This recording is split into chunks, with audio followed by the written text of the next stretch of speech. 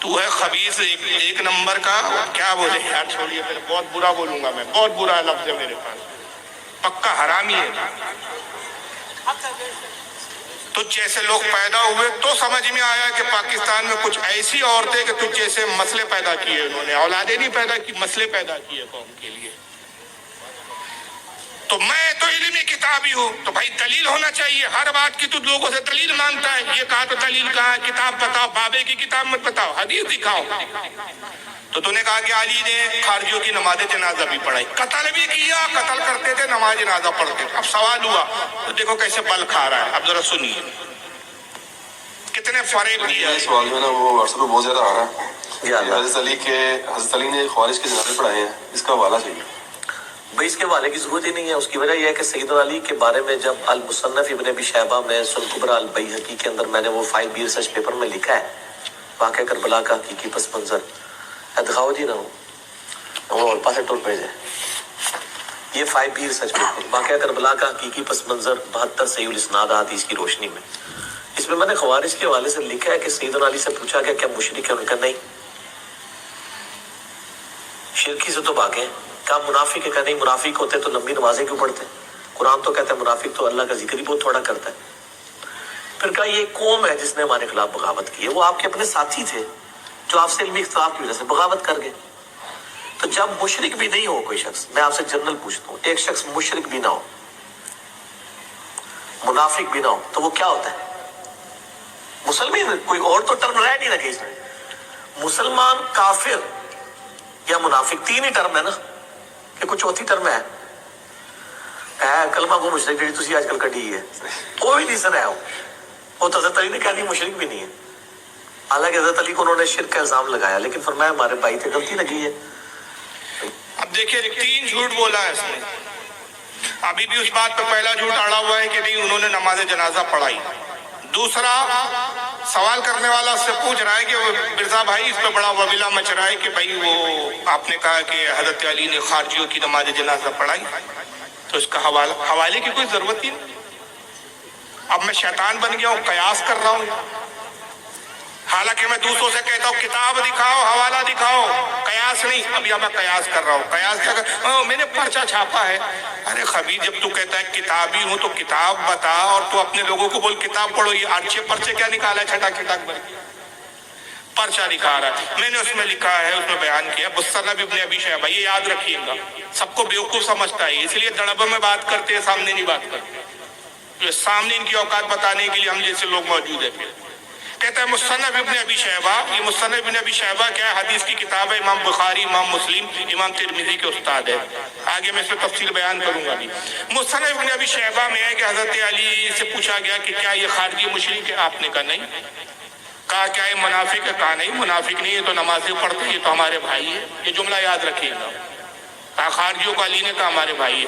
اب 3 لوگ ہیں ایمان والوں کی, لوگوں کی 3 کیٹیگری ہے, کافر, منافق, مسلمان. خارجی مشرک بھی نہیں ہے, کافر بھی نہیں ہے, منافق بھی نہیں ہے. اب تیسرے بچتے ہیں مومن. تو مومن تھے تبھی تو نماز جنازہ پڑھائی نا. یعنی یہاں لاجک لگا رہا ہے, قیاس لگا رہا ہے. سوال یہ نہیں ہے کہ وہ کون سی کیٹیگری میں, سوال یہ کہ تو نے کہا حضرت علی نماز جنازہ پڑھاتے تھے, یہ کس کتاب میں, حوالہ دینا. خبیث قیاس کیوں کر رہا ہے؟ تو یہاں اس نے جواب نہیں دیا, قیاس کیا. لیکن پھر اس سے ایک دوسری پروگرام میں پھر ایک بار اور سے یہی سوال ہے. اب سن. اچھا علی میں دوسرا سوال ہے کہ آپ نے بارہا اپنے لیکچرز میں یہ بات کہی ہے کہ مولا علی علیہ السلام نے خوارج کے جنازے پڑھائے, اس کا ریفرنس بتائیں. ریفرنس کیا ہے؟ میں دعویٰ کرتا ہوں اس پہ اجماع ہے. ریفرنس کیا ہے؟ میں دعویٰ کرتا ہوں اجماع ہے, لیکن کتاب نہیں ہے. یہ عجیب اجماع ہے جو بغیر کتاب کے ہوا. اب سنیے اجماع کس پر ہے, سنیے. کرتا ہوں اس پہ ریفرنس کیا ہے؟ میں دعویٰ کرتا ہوں اس پہ اجماع ہے, اس لیے کہ میرے بھائیوں قرآن حکیم میں سورۃ البقرہ میں شروع ہی میں انسانوں کی 3 کیٹیگریز آئی ہیں. نمبر 1 ایمان والے, ٹھیک ہے جی. نمبر 2 کافر, اور نمبر 3 منافق. اور کوئی چوتھی کیٹیگری قرآن و سنت میں یہ تو ہمیں بتا. ابھی ہمیں کیٹیگری مت بتا, تو نے ایک واقعہ گزرا, ایک تاریخ گزری, ایک واقعے کا وقوع ہوا, اس کا دعویٰ کیا ہے. اور دعویٰ یہ کیا ہے تم نے کہ علی نے پڑھایا، سامنے والا پوچھ رہا ہے اس کا ریفرنس دو، کتاب بتاؤ کہاں پڑھایا، وہ دکھا، وہ نہیں دکھا رہا کیونکہ ہے ہی نہیں تو کہاں سے دکھائیں گا۔ اب یہاں بل کھا رہا ہے، عقلیں دوڑا رہا ہے، تین ہے کافر منافق مومن، تو مشرک تو تھے ہی نہیں، کافر تو تھے ہی نہیں، منافق تو یہ تو ایمان والے بچے، تو اس لیے پڑھایا ہوں گا، تو پڑھایا ہوں گا نہیں، پڑھایا کیا وہ دکھا۔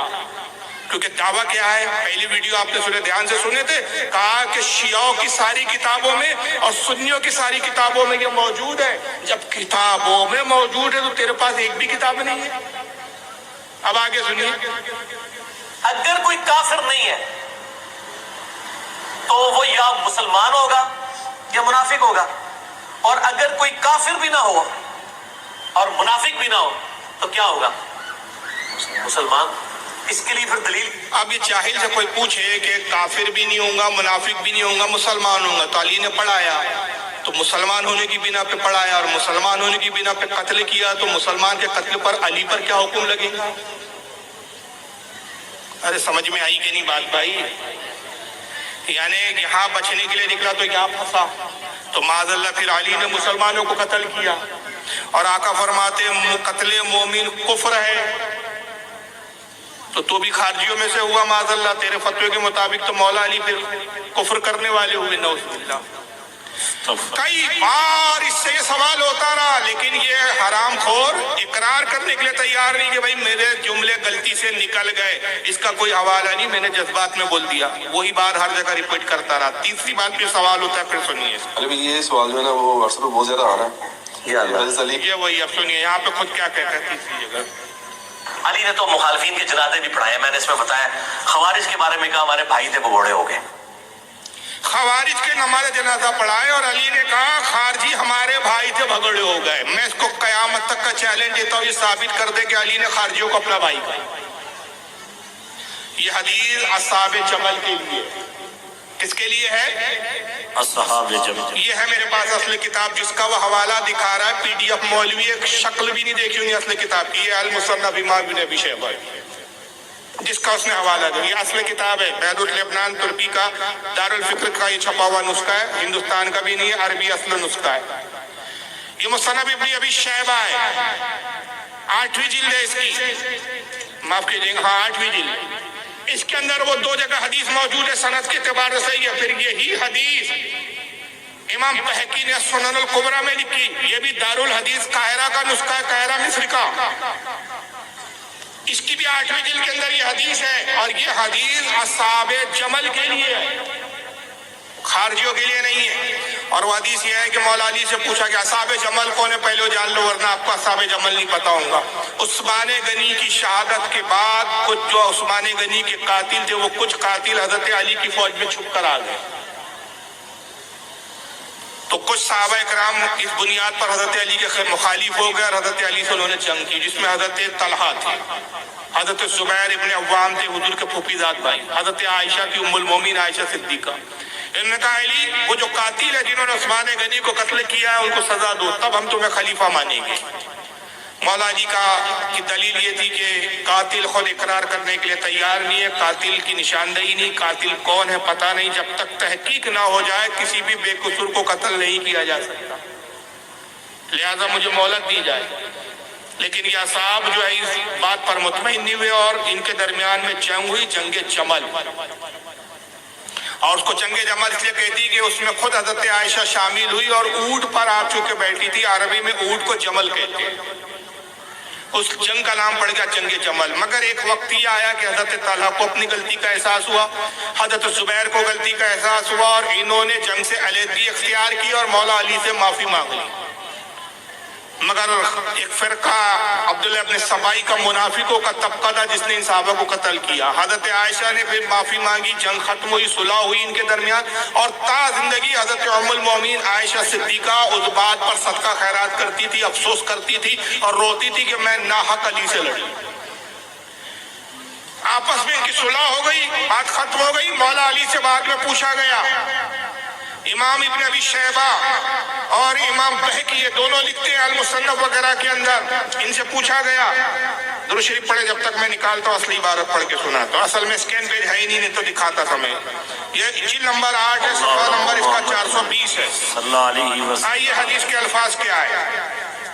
پوری سند ہے عن البختری, حضرت بختری روایت کرتے قال سئل علی رضی اللہ تعالیٰ عنہ عن اہل الجمل امشرکون هم, کہتے مولا علی سے سوال ہوا, لوگوں نے پوچھا کہ علی بتائیے کیا اصحاب جمل مشرک تھے جو آپ سے لڑے؟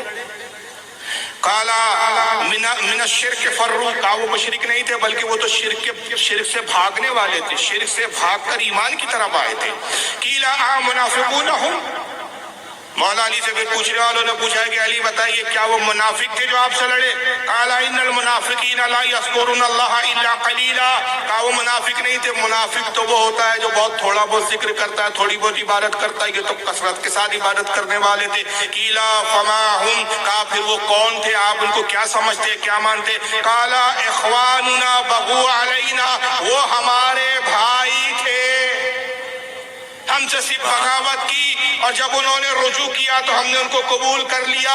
یہ اصحاب جمل کو بھائی کہا مولا علی نے, خارجیوں کو نہیں کہا. خارجیوں والی جو حدیث مصنف ابن ابی شیبہ میں آتی ہے اس میں صرف اتنے الفاظ ہے کہ وہ باغی تھے اور انہوں نے بغاوت کی, مگر اس خبیث نے خارجیوں کے بارے میں بھی کر دیا کہ حضرت علی نے ان کو بھائی کہا. اور حوالہ مصنف ابن ابی شیبہ کا دے رہا ہے. میں چیلنج کرتا ہوں کہ مصنف ابن ابی شیبہ میں یہ حدیث دکھا دے یہ خبیث کہ جس میں مولا علی نے خارجیوں کو بھائی کہا. البتہ اس کا علم ناقص ہے, بچہ ہمارے سامنے, لیکن یہ الگ ہے کہ ہوشیار بنتا ہے, اوقات ہے ہی نہیں بیٹھنے کی. اب میں تو خیر انڈیا میں رہتا ہوں, پاکستان میں رہتا ہوں تو پھر شاید کچھ اس کی بجاتے, اور لیکن پاکستان میں جو ہمارے اہل سنت کے علماء ہیں وہ خود اس کو چیلنج کرتے ہیں, ان کے سامنے بیٹھتا نہیں ہے خبیث. اس کو پتا ہے کہ نہیں معلوم نہیں. یہ ایک شخص ہے جنہوں نے یہ حدیث لکھی, حافظ ابن کثیر, جس کے اندر یہ الفاظ ہے کہ خارجیوں کے بارے میں کہ اخواننا, یہ ہمارے بھائی ہیں. البدایہ والنہایہ حافظ ابن کثیر کی حدیث کی وہ تاریخ کی کتاب ہے, جلد نمبر 7 ہے, صفحہ 300 پر لکھا. مگر اس کے بارے میں, اس روایت کے بارے میں محدثین کا اتفاق ہے کہ اس کا جو راوی ہے ہشام ابن عدی وہ جھوٹا اور کذاب ہے. حضرت یحییٰ ابن معین کہتے ہیں کہ کذاب اور جھوٹا ہے. کئی علماء نے, خطیب بغدادی نے لکھا کہ جھوٹا اور کذاب ہے. جھوٹی حدیث ہے تو جھوٹی حدیث کو یہ کوڈ کر رہا ہے اور علامہ بنا. تو یہ اس طرح کی خیانت کرتے ہیں کہ ان کی اپنے مطلب کی اور مقصد کی ہو تو پھر راوی چاہے کتنا ہی بڑا جھوٹا اور کذاب ہو اس کی روایت کو یہ قبول کر لیتے ہیں. اور روایت صحابہ اور انبیاء اور اولیاء کی فضیلت میں ہو, چاہے وہ کتنی ہی صحیح ہو, تو وہ حدیث کو پھر یہ قبول نہیں کرتے, مذاق اڑاتے ہیں, پھر کہتے باب کوئی شے نہیں. تو بہرحال یہ فرقہ اس طرح کا ہے, چاہے یہ اہل حدیث ہو, یہ اسی کی کھرچن ہے, چاہے دیوبندی ہو یہ ہو. یاد رکھیے سارے فرقے باطل ہے, کیونکہ یہ آقا نے فرمایا ایک ہی جماعت جنت میں جائے گی. اب 72 کہاں جائیں گے؟ جہنم میں. اور صحابہ نے پوچھا اللہ کے نبی جنتی جماعت کی پہچان کیا ہے؟ فرمایا مانا علیہ و صحابی, جو میرے اور میرے صحابہ کے عقیدے پر ہوں گا. صحابہ کا یہ عقیدہ نہیں تھا معاذ اللہ کہ اللہ عرش پر بیٹھتا ہے, صحابہ کا یہ عقیدہ نہیں تھا کہ اللہ کا جسم ہے, صحابہ کا یہ عقیدہ نہیں تھا کہ ہم اللہ کے بیٹے ہیں. کسی صحابی نے اپنے آپ کو اللہ کا بیٹا نہیں کہا. صحابہ کا یہ عقیدہ نہیں تھا نعوذ باللہ من ذالک کہ تابعی جھوٹے ہیں. خیر تابعی تو بعد میں آئے کہ وہ آپس میں ایک دوسرے کو کہتے ہو کہ تم کافر ہو. یہ اس طرح کے جو بکواسات عقیدے ہیں یہ وہ بنیادیں جن کی بنیاد پر ان فرقوں سے ہمارے اختلافات ہیں. باقی جو دیگر مسائل ہیں وہ سب فروعی ہیں, چاہے وہ مزارات کی حاضری کا مسئلہ ہو. ہم نہیں کہتے کہ بھائی جو مزارات اولیاء پر نہیں جاتا وہ سنی نہیں ہے, یہ مستحب ہمارے جائیں تو بہتر ہے, نہیں کوئی جائے تو اس کی بنیاد پر ہم اس کو کافر نہیں کہتے. فاتحہ ہمارے یہاں اتنا بنیادی اختلاف نہیں ہے. کوئی تا زندگی کسی بزرگ کی فاتحہ نہ دلائے, ہمارے نزدیک وہ کافر نہیں ہے. کوئی کسی بزرگ کی مزار پہ کبھی تا زندگی چادر نہ چڑھائے, ہمارے نزدیک کافر نہیں ہے. کوئی میلاد النبی کے جلوس میں کبھی نہ جائے, ہمارے نزدیک کافر نہیں ہے. ہمارے نزدیک کفر و ایمان کی کسوٹی اللہ رسول کی تعظیم اور احترام ہے. جہاں وہاں پر گستاخی کے پہلو آ جائے ہمارے نزدیک کو مسلمان ہے. اللہ تعالیٰ سے دعا ہے کہ اللہ تعالیٰ آج کی اس محفل کو قبول فرمائے. جو کچھ بھی بیان ہوا اس پر عمل کی توفیق عطا فرمائے. آپ اپنے سوالات بھیج سکتے ہیں, بہتر ہے مائک پر آ کر پوچھیں. کیونکہ اصل میں بہت سی مضمون اور رائٹنگ ایسی ہوتی ہے کہ پڑھنے میں مجھے بڑی دشواری ہوتی ہے. ابھی کتنا باریک باریک لکھا ہے. کیا سعادات کا کیا مسئلہ ہے؟ اب دیکھیں کیا لکھا ہے, سمجھ بھی نہیں آیا تو اب پہلے ہی جملہ نہیں سمجھ میں آ رہا, اس لیے میں چاہ رہا ہوں کہ مائک پر آ کے خود ہی پوچھ لیں. طلاق کے بعد عدت کا حکم, اور اگر کوئی طلاق کے بعد عدت نہ کرے تو کیا حکم ہے؟ دیکھیں, طلاق کے بعد عورت کے لیے 4 مہینے 10 دن, عام طور پہ اس کو 13 دن بولتے ہیں, قرآن عظیم نے 4 مہینے 10 دن کی عدت بتایا ہے. یہ فرض ہے اور یہ قرآن سے ثابت ہے, کسی مولوی کا قول نہیں ہے, کسی فتوے کی کتاب میں نہیں ہے بات, بلکہ قرآن عظیم میں کہ عورت پر شوہر کے انتقال کے بعد 4 مہینے 10 دن عدت کے گزارنے کا حکم ہے. اور یہ عورت پر جو اس کا شوہر انتقال کر جائے اس پر فرض ہے. اور اگر کوئی عورت عدت نہیں گزارتی ہے اور عدت کے دنوں میں وہ شادیوں میں جا رہی ہے, تفریح کر رہی ہے, باہر جا رہی ہے, بلا ضرورت گھوم رہی ہے, پھر رہی ہے, تو وہ سخت گناہگار ہے. اور عدت کا حکم اتنا تاکید کے ساتھ آیا ہے کہ اس درمیان میں اس کو سنگار کرنا, سنورنا یہ بھی منع کیا گیا. ہاں, پاک و صاف رہے, وہ غسل کرے, نہائے دھوئے, وضو کرے, نمازیں پڑھے, لیکن سنگار کرنے سے منع کیا. یہاں تک کہ فرمایا کہ اس حالت میں اس کو نکاح کا پیغام بھی دے نہیں سکتے. اور عدت کے ایام میں اگر اس نے دوسرا نکاح کر لیا تو حکم شرعی یہ ہے کہ وہ نکاح ہی نہیں ہوگا. تو عدت فرض ہے, بہت ضروری ہے. صرف ایک صورت میں, اور 2 صورتیں ہیں جس میں عدت کے دوران میں عورت کو شریعت نے اجازت دی کہ وقت ضرورت تھوڑی دیر کے لیے نکلے. ایک یہ کہ جب سخت بیمار ہو اور طبیب اور حکیم کے پاس جانے کی ضرورت ہو, ڈاکٹر کے پاس جانے کی ضرورت ہو, اتنی دیر کے لیے وہ چاہیں کہ ڈاکٹر کے پاس گئی, دوا لیا اور آ گئی, بلا وجہ بغیر کسی سبب کے باہر نہیں نکل سکتی گھر سے. اور دوسرا یہ فقہاء کرام فرماتے ہیں کہ اتنی غربت ہے, شوہر کا انتقال ہو گیا اور گھر چلانے والا کوئی نہیں ہے, تو 2 وقت کی روٹی کے انتظام کی غرض سے اتنی دیر کے لیے باہر جا سکتی ہے کہ روزی کا انتظام ہو جائے 2 وقت کی, اور پھر فوراً گھر پر آ جائے. اس کے علاوہ کسی صورت میں جائز نہیں ہے. واللہ اعلم ثم رسول اللہ. یہ مرزا کا یہ فتنہ ہے کہ حضرت عمار کی حدیث کوٹ کر کے معاذ اللہ حضرت امیر معاویہ رضی اللہ تعالیٰ عنہ پر طعن و تشنیع کرتے ہیں.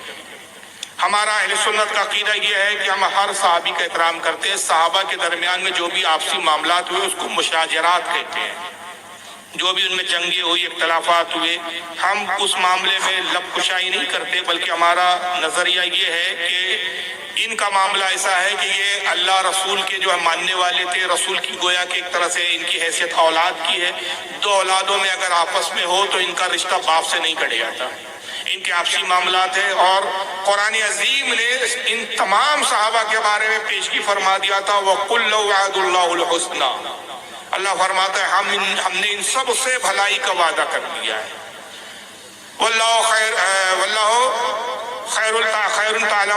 تعلمون. اور یہ کیا کرو گے, غالباً یہ تھوڑا پڑھنے میں شاید شعور ہے مجھے. مفہوم یہ آیت کا اس کے بعد کی جو آیت کا ٹکڑا حصہ ہے کہ یہ پھر بعد میں کیا کریں گے ہم خوب اس کو بہتر جانتے ہیں. یعنی اللہ نے بتا دیا کہ آپس میں تم کیا کرو گے, لڑو گے, اختلاف ہوگا, اس کے باوجود بھی اللہ فرماتا ہے کہ ہم نے ان سے بھلائی کا وعدہ کر لیا. ایک حدیث پاک میں صحیح حدیث آقا فرماتے ہیں کہ میرے اصحاب میں بعض باتوں پر اختلاف ہوگا اور وہ ایک دوسرے کے سامنے تلواریں لے کر آ جائیں گے, مگر اللہ میری نسبت کے سبب ان کے ہر کوتاہیوں اور گناہوں کو بخش چکا ہے. اب تم میں سے کوئی غیر صحابی میرے اصحاب پر ان بنیادوں پر لعن طعن کرے, تاکہ فرماتے اس پر اللہ کی لعنت, فرشتوں کی لعنت اور تمام انسانوں کی لعنت. تو ہمیں حق نہیں ہے کہ ان کے معاملات میں بولے. اب رہا یہ کہ بھائی کوئی کہے کہ بھائی حدیث میں آیا, ہم تو حدیث کی بنیاد پہ کہہ رہے ہیں. اللہ کے رسول نے فرمایا, صحیح بخاری صحیح مسلم کی حدیث ہے کہ عمار کو ایک باغی گروہ قتل کریں گا. عمار ان کو جنت کی طرف بلاتے ہوں گے, وہ جہنم کی طرف اس کو دعوت دیں گے, اور کہتے ہیں کہ امیر معاویہ جو تھے ان کے گروہوں نے حضرت عمار بن یاسر کو قتل کیا, لہذا وہ باغی گروہ حضرت عمار ہے. ایک پہلو لے لیا, دوسرا چھوڑ دیا. تو ایسے بدبختوں سے میں کہنا چاہتا ہوں کہ اگر یہ حدیث بخاری اور مسلم میں ہے, بے شک ہے, کہ عمار کو باغی گروہ قتل کریں گا, تو یہاں بغاوت سے کیا مراد ہے؟ کفر نہیں ہے, بلکہ بادشاہ اسلام کے خلاف کھڑا ہونا. اس کے برعکس ایک اور حدیث ہے, وہ کیوں نہیں پڑھتے آپ, وہ حدیث کو کیوں چھوڑ دیا؟ کہ جنگ صفین میں حضرت علی سے جنگ ہوئی، یہاں بغاوت کا حکم لگ گیا، لیکن صفین کے بعد حضرت امام حسن نے امیر معاویہ سے صلح کی، تو اس کے بارے میں بھی یہی بخاری و مسلم میں حدیث موجود ہے۔ آقا کہتے ہیں میرا بیٹا یہ حسن جو ہے سید ہے، اللہ تعالیٰ اس کے ذریعے مسلمانوں کے 2 گروہوں میں صلح کروا دے گا۔ تو یہاں حضرت امیر معاویہ کے گروہ کو بھی اللہ کے رسول نے مسلمان کہا، تو یہ حدیث کیوں چھوڑ دیا آپ نے؟ اور اسی صحیح مسلم کے اندر یہ بھی حدیث آئی ہے، اگر حضرت عمار کو علی حضرت امیر معاویہ کے گروہ نے قتل کیا تو اس بنیاد پہ حضرت عمار کو آپ باغی کہہ رہے ہیں، معاف کرنا، حضرت امیر معاویہ کو باغی کہہ رہے ہیں۔ تو صحیح مسلم میں یہ بھی حدیث ہے، اس بنیاد پر کیا باز اللہ نعوذ باللہ صدبار معاذ اللہ مولا علی پہ تان کرو گے؟ کہ آقا نے فرمایا کہ ہر نبی کا حواری ہوتا ہے، حواری یعنی بہت عزیز قریبی دوست، رازدار دوست، ہر نبی کا ایک ایسا حواری ہوتا ہے، قریبی دوست ہوتا ہے، رازدار ہوتا ہے۔ میرا اگر کوئی حواری ہے تو وہ زبیر ابن عوام ہے، اور جو زبیر کو قتل کرے اس کو جہنم کی بشارت۔ اور حضرت زبیر کو پھر علی کے گروہ نے قتل کیا، تو اس حدیث کی بنیاد پہ کیا وہ الزام معاذ اللہ تم علی پہ لگاؤ گے؟ نہیں لگاتے، خاموشی اختیار کرتے۔ تو جب وہاں خاموشی ہے تو یہاں بھی خاموشی اختیار کرنا چاہیے۔ ہماری اوقات نہیں ہے کہ ہم صحابہ پہ انگلی اٹھائیں، صحابہ کا درجہ بہت بڑا ہے، کوئی ولی، کوئی قطب، کوئی ابدال، کوئی وقت غوث، ایک عام صحابی جو آخری ایمان لانے والا، ادنا بھی اگر کوئی صحابی ہے، یا ادنا اعلیٰ حضرت نے بھی لفظ استعمال کیا، ورنہ کل اسی پہ وویلا مچائیں گے صحابی کو ادنا بول دیا۔ صحابہ کے اندر میں ادنا کہہ رہا ہوں، ورنہ وہی بتانا چاہ رہا ہوں، صحابہ میں جو آخری درجے کا بھی صحابی ہے اس کا درجہ اتنا بلند ہے کہ وقت کا کوئی غوث قطب ابدال اس کے برابر نہیں ہو سکتا۔ غوث قطب سب سے افضل ہوتا ہے صاحب، بلکہ ایک صحابی کا مقام یہ ہے کہ غیر صحابی کے جتنے دنیا میں قیامت تک آپ ہم سب یہ ایمان والے ہیں، سب کا ایمان اگر ایک پلے میں رکھ دیا جائے اور دوسرے پلے میں ایک صحابی کا ایمان، تو صحابی کا ایمان سب کے ایمان پر بھاری ہے۔ واللہ اعلم ثم رسول اعلم۔ نبی پاک صلی اللہ علیہ وسلم کے والدین کیا مومن تھے؟ ہمارے اہل سنت کا موقف یہی ہے کہ ہم نبی پاک صلی اللہ علیہ وسلم کے والدین کو مومن مانتے ہیں۔ اس کی سب سے بڑی دلیل یہ ہے کہ انہوں نے رسول اللہ کا دور اعلان نبوت والا دور دیکھا ہی نہیں۔ حضرت عبداللہ حضور کے جو والد ہے وہ تو حضور کی پیدائش سے پہلے ہی انتقال کر گئے۔ بی بی آمنہ نے حضرت نبی پاک صلی اللہ علیہ وسلم کو تولد کیا، اور جس وقت حضرت بی بی آمنہ کا انتقال ہوا رسول اللہ کی عمر 5 سال تھی۔ 40 سال کی عمر میں رسول اللہ نے اعلان نبوت کیا۔ جب سرکار نے اعلان نبوت ہی نہیں کیا تو پھر ان کے ایمان لانے کا سوال ہی پیدا نہیں ہوتا۔ ان کے بارے میں اہل سنت کا عقیدہ ہے کہ دین فطرت پر تھے۔ دین فطرت پر مطلب یہ شرک نہیں کرتے تھے، مشرک نہیں تھے، اللہ کو ایک جانتے تھے، اس بنیاد پر ان کی بخشش ہو جائے گی۔ اور بعض ضعیف حدیثوں میں، حالانکہ سندن ضعیف ہے، لیکن شاہ عبداللہ وغیرہ محدث دہلوی اور دیگر ائمہ فرماتے ہیں، جس میں ابن کثیر بھی ہے، ابن کثیر نے بھی اپنی تفسیر میں اور البدایہ میں لکھا کہ اگرچہ حدیث ضعیف ہے لیکن فضائل میں قابل قبول ہے، اور ہم اسے تسلیم کرتے ہیں کہ اللہ کے نبی صلی اللہ علیہ وسلم نے جب بعد یعنی اعلان نبوت کے ایک آخری وقت میں جب حجۃ الوداع آخری حج فرمایا، پہلا اور آخری، تو اپنی والدہ اور والد کی قبر پر آئے اور اللہ سے دعا کی کہ پروردگار میری خاطر میرے ماں باپ کو زندہ فرما۔ قبر شک ہوئی، حضور کے والدین زندہ ہوئے اور حضور نے اپنے ماں اور باپ کو کلمہ پڑھایا۔ اس پر بعض لوگ یہ کہتے ہیں، وہ ویڈیو اصل میں ہے نہیں تو میں دکھاتا آپ کا، ایک جاہل آیا تھا بیچ میں بھی، کیا نام تھا وہ ایڈوکیٹ، فیض، تو اچھا یہ بھی وکیل ہے، میں نے بھی وکالت کی، اس کو بھی ہم چیلنج کر رہے ہیں، تو یہ کورٹ میں کیا ملیں گے، سامنے نہیں بیٹھنے کو تیار ہے، سب پھٹو فرقہ ہے، پورا پھٹو فرقہ ہے۔ تو اس کی ایک ویڈیو ہے، ابھی اصل میں ہے نہیں وہ، کیونکہ مجھے پتہ نہیں تھا فیض آیا، پہلے بتاتے تو میں اس کی کچھ ویڈیو ساتھ میں لاتا۔ اس میں ایک جگہ کہتا ہے کہ رسول اللہ صلی اللہ علیہ وسلم کے ماں باپ کافر تھے، اور ہوتا ہے بولے ایسا کہ نبی کے ماں باپ بھی کافر ہو، اصل شے جو ہے وہ ایمان ہے، اور وہ نبی کے والدین جو ہے وہ قبر میں معاذ اللہ عذاب میں، اور یہ اس طرح کی بکواسات کی۔ اور اس حدیث کے بارے میں وہ کہتا ہے کہ بعض لوگوں نے جھوٹی حدیث گڑھ دی کہ رسول اللہ نے اپنے والدین کو کلمہ پڑھایا، تو ایمان کے بعد کلمہ کیا فائدہ دے گا؟ تو پوری کتاب پڑھتے نہیں ہے جاہل لوگ۔ علماء نے پہلے ہی فرما دیا کہ اصل میں کلمہ پڑھانے کا مقصد یہ نہیں تھا کہ معاذ اللہ وہ کافر تھے، کلمہ پڑھانے کا مقصد یہ تھا زندہ کر کے کہ اگر حضور کلمہ نہ پڑھاتے تو وہ حضرت عیسیٰ کی امت میں اٹھائے جاتے۔ آقا نے نہ چاہا کہ میرے ماں باپ عیسیٰ کی امت میں اٹھائے جائے، اپنی امت میں شامل کر۔ نعرہ تکبیر، نعرہ رضا پلمبر کی بھی کچھ ویڈیو آئی ہے، جھوٹ بولتا ہے اس میں کہ امام ابو حنیفہ معاذ اللہ گالیاں بکی امام ابو حنیفہ کی، ایسی توہین کی ہے، اور کہتا ہے الفقہ الاکبر امام ابو حنیفہ کی کتاب ہے، ابو حنیفہ نے اس کافر لکھا ہے۔ ارے تو جاہل آدمی ہے، کیوں منہ کھولتا ہے یار؟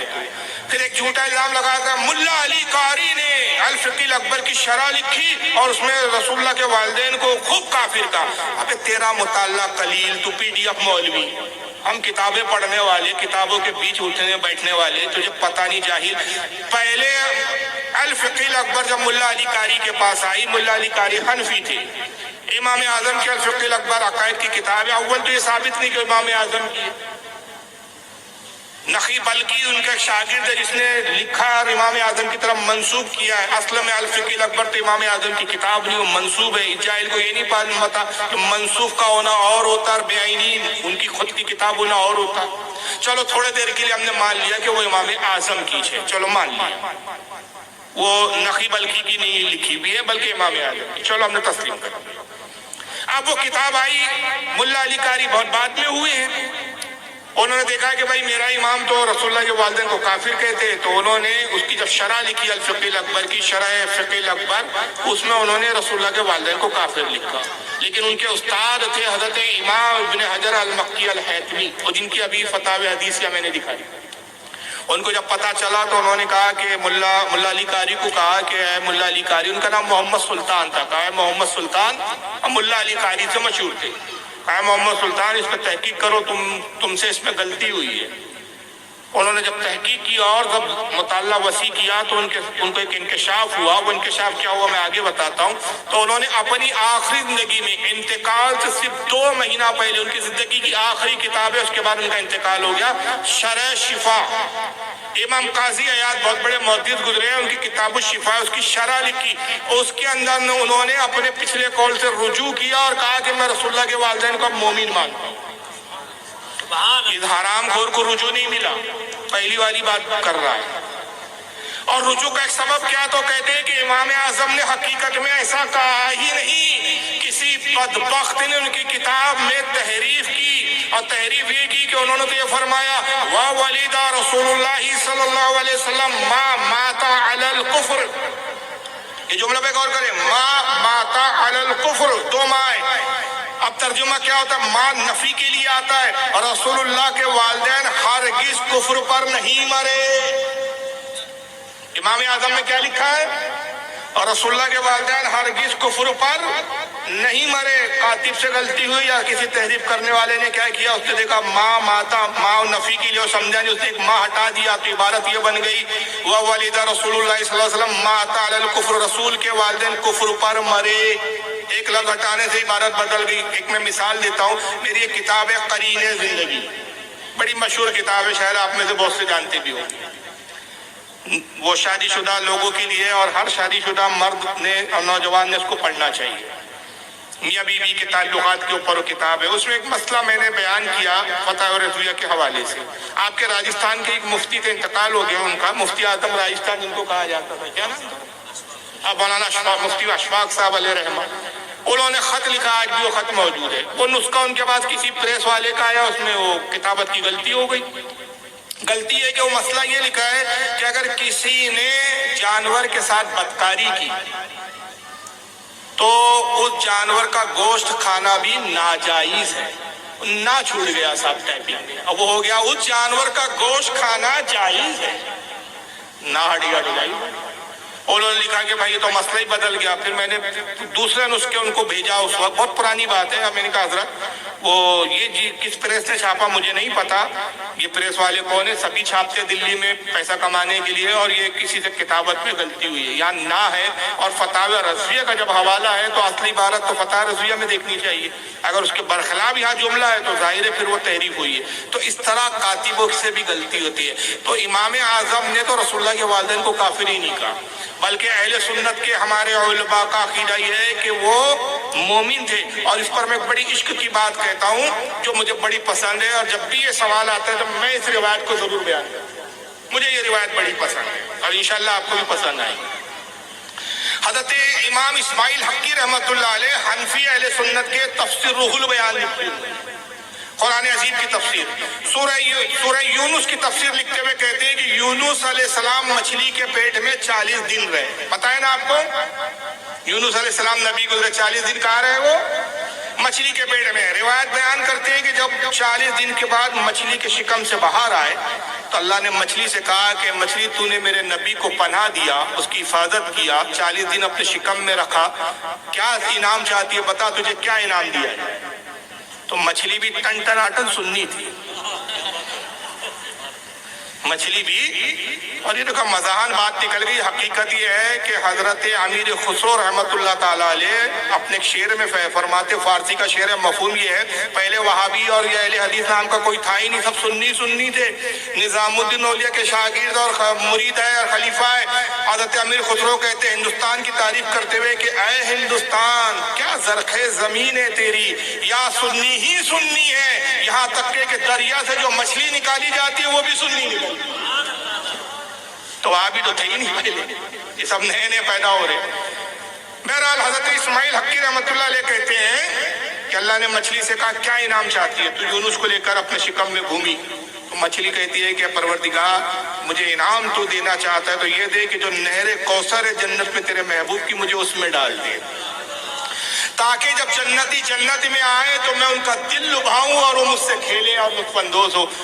امام اسماعیل حقی فرماتے عزیز غور کر, جو مچھلی جس کے شکم میں اللہ کے نبی یونس 40 دن رہے وہ جنت میں چلی جائے, جس شکم میں نبیوں کا تاجدار مصطفیٰ صلی اللہ علیہ وسلم 9 مہینے رہا, وہ کافروں کے جہنم میں کیسے جا سکتا؟ تو ہمارا الحمدللہ اہل سنت کا یہ عقیدہ ہے, اور اس پر باضابطہ امام جلال الدین سیوطی نے 4 رسالے لکھے ان کے ایمان پر. اعلیٰ حضرت فاضل بریلوی کے 2 رسالے کہ رسول اللہ کے والدین مومن ہیں. تو ہمارے تمام ائمہ کا یہ عقیدہ ہے. واللہ اعلم ثم رسول اللہ. ایک سوال ہو رہا ہے حضرت کہ ہم لوگ یہ کہتے ہیں کہ ہم اپنے آپ کو اہل حدیث, دیوبندی یا دیگر فرقوں کے نام لینے کے بجائے صرف مسلم کہیں, تو اس کے تعلق سے کیا حکم شریعت کا؟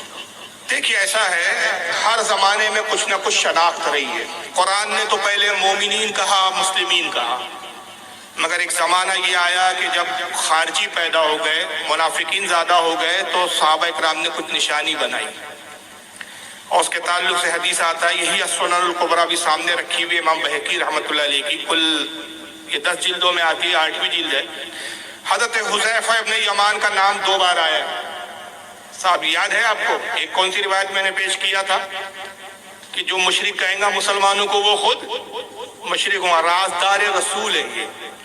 انہی سے روایت ہے جب رسول اللہ کا انتقال ہونے لگا تو آقا نے حضرت حذیفہ کو بلایا اور تمام صحابہ سے کہا میرے حجرے سے باہر چلے جاؤ. بڑی پیاری حدیث ہے, سنیے. اور حضور سرگوشی کرتے رہے, بڑی راز کی باتیں کرتے رہے. حضرت حذیفہ جب باہر آئے تو صحابہ نے گھیر لیا, کہا حذیفہ رسول اللہ نے کیا بات کی؟ حذیفہ نے کہا رسول نے کچھ راز بتائے, اور اگر میں وہ راز کی باتیں ظاہر کر دوں تو پھر میں رسول اللہ کا رازدار کہاں رہا. حضرت عمر نے کہا کہ حذیفہ پوری بات نہ بتاؤ, تفصیل نہ بتاؤ, صرف اتنا بتا دو کہ موضوع کیا تھا گفتگو کا, کس موضوع پر گفتگو ہوئی. کہا اچھا ہے عمر, بس اتنا سن لیجئے, میں اتنا ہی بتاتا ہوں کہ رسول اللہ نے مجھے منافقوں کے نام بتا دیے. مدینے میں کوئی ایسا منافق نہیں جس کو میں نام بدام نہیں جانتا ہوں. حضور نے سارے منافقوں کے نام مجھے بتا دیے. حضرت عمر نے دل میں کہا اچھا حذیفہ نہ بتاؤ, ہم بھی نہ جان لے تو پھر عمر نہیں. حضرت عمر کا دور خلافت آیا, جب کوئی مدینے میں مرتا اس کا جنازہ لایا جاتا اور حضرت عمر سے کہا جاتا امیر المومنین آئیے نماز جنازہ پڑھا دیجیے, تو آپ کہتے کہ جنازے میں حذیفہ ہے. لوگ کہتے حذیفہ ہے تو آتے نماز جنازہ پڑھا دیتے, اور کہنے والا کہتا حذیفہ جنازے میں نہیں ہے, فرماتے نہیں پڑھاؤں گا, منافق ہے. تو اس وقت ایمان کی نشانی اور پہچان کون بن گئی؟ حذیفہ. جہاں حذیفہ ہے وہاں ایمان ہے, جہاں حذیفہ نہیں وہاں ایمان نہیں. ڈاؤٹ ہے.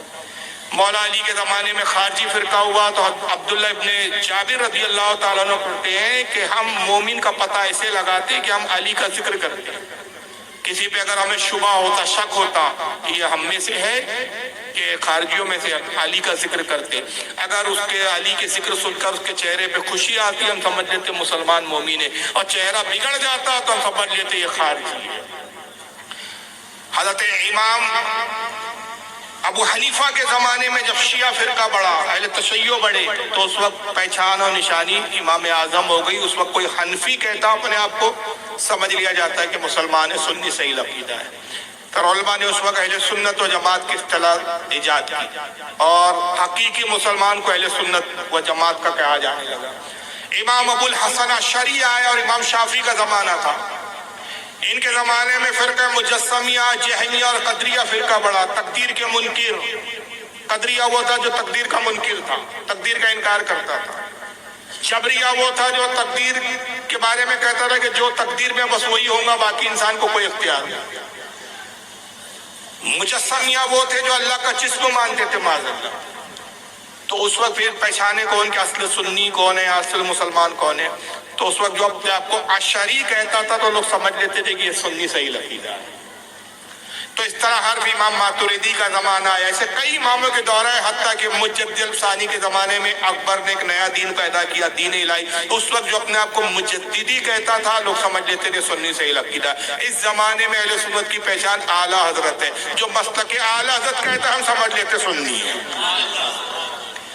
تو ہر زمانے میں آئیڈینٹی رہے۔ اب کوئی کہتا ہے کہ نہیں، نہ میں سنی کہوں گا، نہ بریلی ہوں، نہ دیوبندی ہوں، تو چوچو کا مربع ہے، تو اس کے باپ کا پتہ ہے نہ اماں کا پتہ ہے۔ تو کہیں نہ کہیں تو نشانی ہونا چاہیے بھائی، نشانیوں سے ہی پہچانا جاتا ہے۔ جہالت کی بات ہے۔ ایک سوال بڑا اچھا آیا ہے کہ سگائی کے بعد، منگنی بھی بولتے ہیں ہمارے یہاں اس کو، سگائی کے بعد لڑکی سے کیا بات کر سکتے ہیں؟ یہ آج کل بڑی عام بات ہے کہ جیسی سگائی ہوتی ابا جان خود لڑکی کو لا کے موبائل دے دیتے ہیں، اور رات بھر پھر اتنا چلتا ہے جب تک بیٹری ڈاؤن نہ ہو گفتگو تمام ہی نہیں ہوتی، پوری رات لگے۔ یہ سخت حرام ہے۔ یاد رکھیے، منگنی سے وہ محرم نہیں ہو جاتی جب تک نکاح نہ ہو۔ نکاح کی ہی بات، اس سے گفتگو، دیکھنا، بات کرنا جائز ہے۔ جب تک نکاح نہیں ہوا تو منگنی سے نہ دیکھنا جائز ہے اس لڑکی کا اور لڑکے کا ایک دوسرے کو، نہ بات کرنا جائز ہے، چاہے موبائل پہ ہو یا چاہے روبرو۔ اور اب تو جہالت بہت بڑھ گئی، اس کا نتیجہ بھگت رہے ہیں۔ جب شریعت سے ہٹتے ہیں ہم تو ظالمین مسلط کر دیے جاتے ہیں۔ آج ظالم اگر ہم پہ مسلط ہے، مسلمان جوتے کھا رہے ہیں، اس کا سبب یہ ہے کہ ہم شریعت سے ہٹ رہے ہیں۔ اب منگنیوں میں ایسی خرافاتیں ہو گئی کہ لڑکا لڑکی کو انگوٹھی پہنا رہا ہے، لڑکی لڑکے کو انگوٹھی پہنا رہی ہے، آمنے سامنے بے پردہ ہے، ایک اسٹیج پہ دونوں کو کھڑا کر دیا۔ اور پھر وہ کئی بار تو ایسا ہوتا ہے، بڑی باتیں ہوتی ہے، پھر بیہودہ باتیں بھی ہوتی ہے۔ اب وہ تو سوچتا ہے بیوی بننے والی ہے، ساری گندی گندی بات کرتا ہے، پھر ایک ذرا سا کوئی میٹر آیا منگنی ٹوٹ جاتی ہے۔ پھر وہ باتوں کا کیا ہوا بھائی صاحب؟ اور کچھ جگہ تو ایسی بھی جہالت ہے کہ صاحب گھومنے کے لیے بھی لڑکی کو اجازت دے دیتے ہیں ماں باپ۔ ارے بھائی وہ ہونے والا ہی تو دولہا ہے اس کا۔ ارے بھائی جب تک ہوا نہیں، ہونے والا اور ہونے میں بہت فرق ہے۔ تو یہ شرعاً بالکل ناجائز و حرام ہے، اس سے مسلمانوں کو بچنا چاہیے۔ واللہ اعلم ثم رسول اعلم۔ یہاں کے غیر مقلد اور دیوبندی یہ کہتے ہیں کہ دعوت اسلامی سنیوں کی تحریک نہیں ہے، یہ دونوں الگ الگ فرقہ ہے۔ دعوت اسلامی فرقہ نہیں، تحریک ہے، اور بھی بہت ساری تحریک ہے۔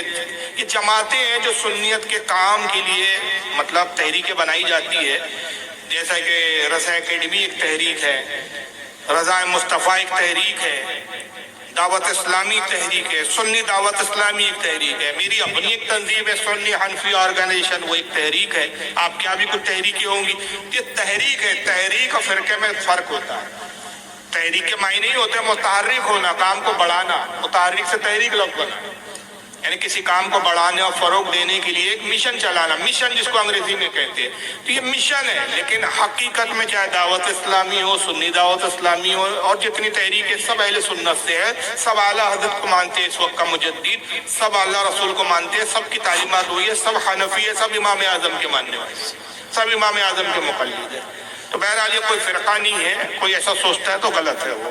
واللہ اعلم ثم رسول۔ ایک یہاں جو ماحول ہے، غیر مقلدین جو ہے یہ لوگوں میں یہ تاثر قائم کرتے ہیں کہ رفع دین کے ترک پہ جو ہے کوئی بھی حدیث موجود نہیں ہے، اور اصل میں کیا ہے ان کے مذہب کی بنیاد ہی رفع دین ہے، اور بیچارے جو کم پڑھے لکھے بچے ہیں ان کو ہندی کی احادیث دکھا کر یا اپنے اعتبار سے ان کو دلائل دے کر جو ہے وہ گمراہ کرنے کی کوشش کرتے ہیں۔ چلیے آئیے دیکھیے، رفع دین کے تعلق سے میرے پاس کچھ اسکین پیج ہے حدیثوں کے، میں آپ کو دکھا دیتا ہوں۔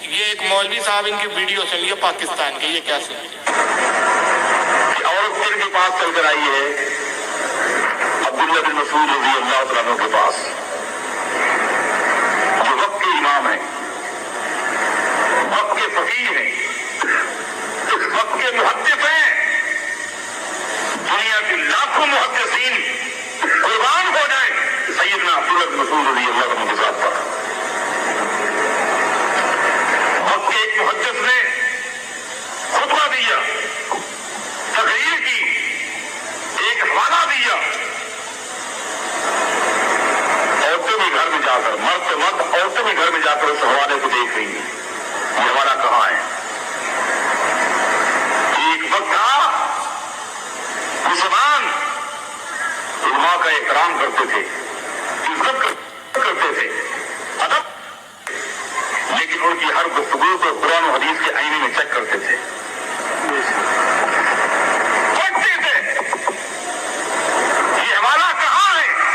آپ سمجھ رہے ہیں عبداللہ ابن مسعود کی حدیث کا انکار کیسے ہو رہا ہے؟ کیونکہ فقیہ صحابی ہے۔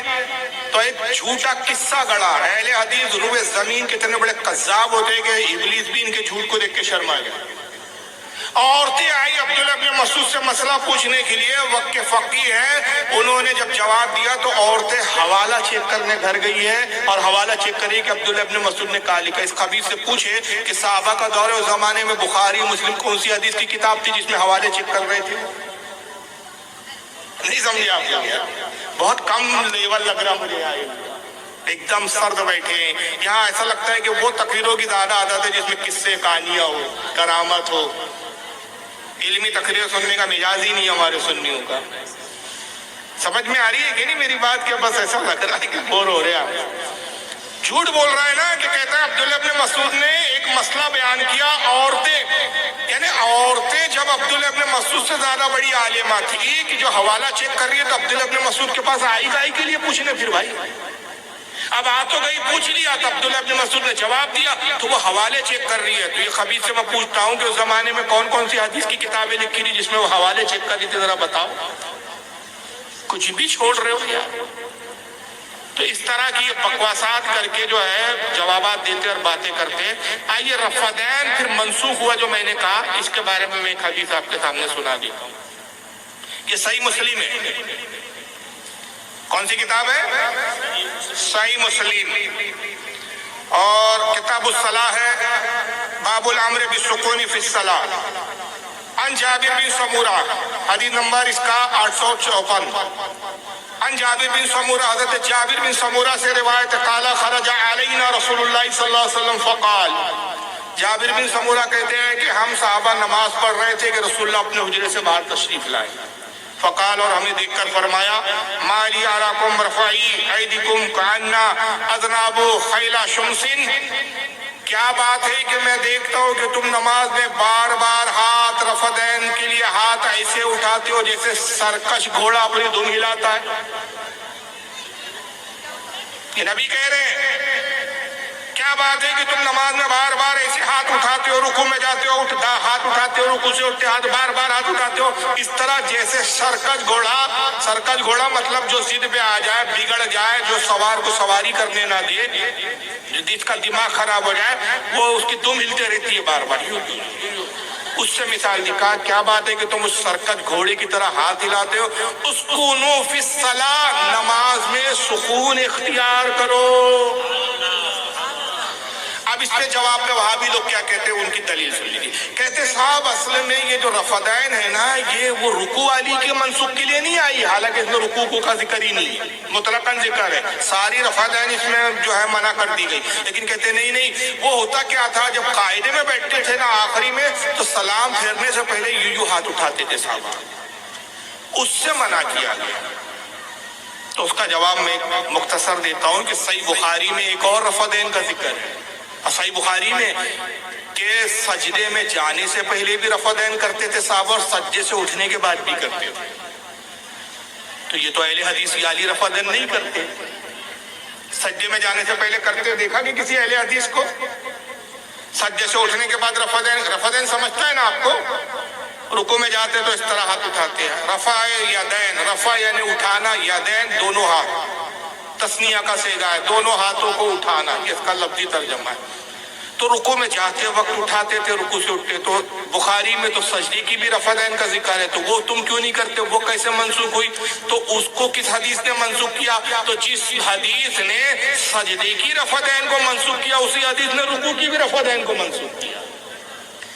پھر وہاں بھی دوسرا اعتراض کیا کرتے، کہتے اگر رفع دین منسوخ ہے تو پھر نماز میں تکبیر تحریمہ، نماز کی نیت باندھتے وقت ہاتھ کیوں اٹھاتے ہو؟ ہم کہتے ہیں نبی نے اس کو زندگی بھر کیا، جس کو برقرار رکھا ہم اس سے برقرار رکھتے، جس کو چھوڑ دیا ہم اسے چھوڑ دیا۔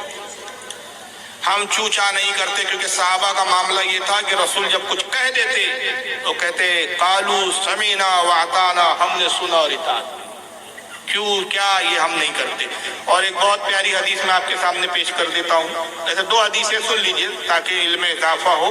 یہ حدیث امام ابن حجر عسقلانی کی کتاب ہے المطالب العالیہ، یہ بہت بڑے محدث ہے، شافعی المسلک، جن کو اہل حدیث بھی مانتے ہیں، تہذیب التہذیب، تقریب التہذیب، یہ سب ان کی بڑی مشہور کتاب ہے۔ اس میں کتاب ہے المطالب العالیہ، جلد نمبر 4 صفحہ 178، حدیث نمبر 517۔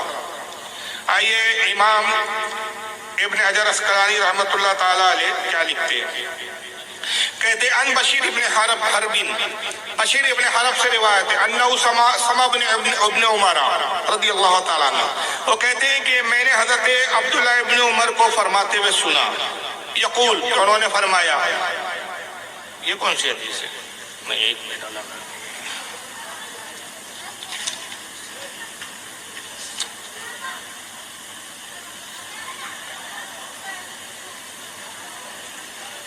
خیر چلیے، ان رفعکم ایدیکم فی الصلاۃ البدع، حضرت عبداللہ ابن عمر فرماتے ہیں کہ اے لوگو، نماز میں رکوع میں رفع دین کرنا بدعت ہے، واللہ ما زاد رسول اللہ صلی اللہ علیہ وسلم علی ہاکذا، یعنی کہتے ہیں کہ اللہ کے نبی صلی اللہ علیہ وسلم نے یہ وہ عمل ہے جو پہلے کیا پھر بعد میں اس کو چھوڑ دیا۔ کون لکھ رہا ہے